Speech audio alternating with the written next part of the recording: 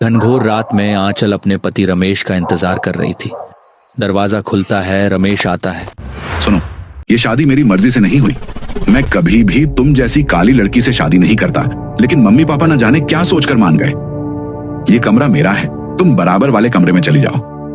आंचल की आंखें भर आती हैं। पर रमेश, मैंने तो। कोई बहस नहीं चाहिए, निकलो यहाँ से। आंचल बाहर निकलती है। कॉरिडोर से हंसी सुनाई देती है। क्या दहेज मिला है? तिजोरी भर दी इस एक शादी ने। अब इसे घर की नौकरानी बना दो, बाद में रमेश की शादी किसी गोरी सुंदर से करा देंगे। आंचल चुपचाप सुन रही है, आंखों से आंसू बहते हैं। वो चुपचाप दूसरे कमरे में चली जाती है और सो जाती है। अगली सुबह, बहू, अपने घर फोन कर और आज ही पग फेरे पर चले जाओ। यहाँ पर तुम्हारी मुंह दिखाई नहीं होगी, वरना लोग हंसेंगे। आंचल चुपचाप चली जाती है।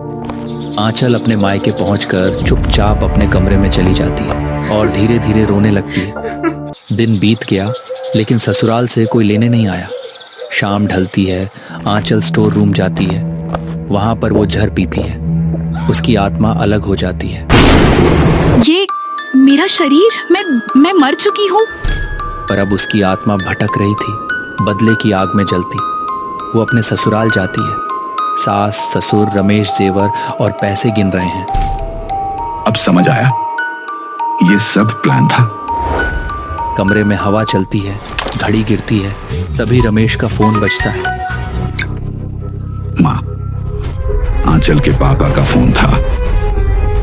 आंचल ने जहर खा लिया।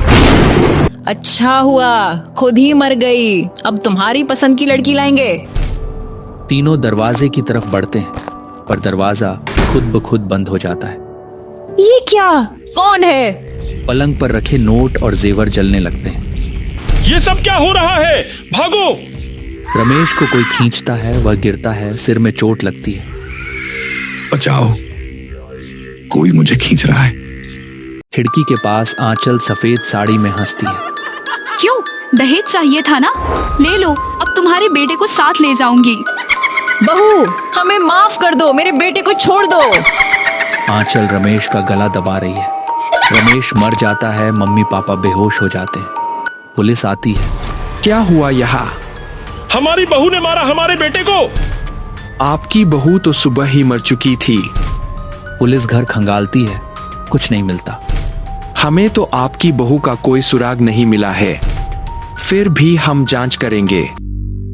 आंचल का शव चिता पर रखा गया है। पिता बिलख रहे हैं। काश मैंने तुम्हें उन लालची दरिंदों को न सौंपा होता।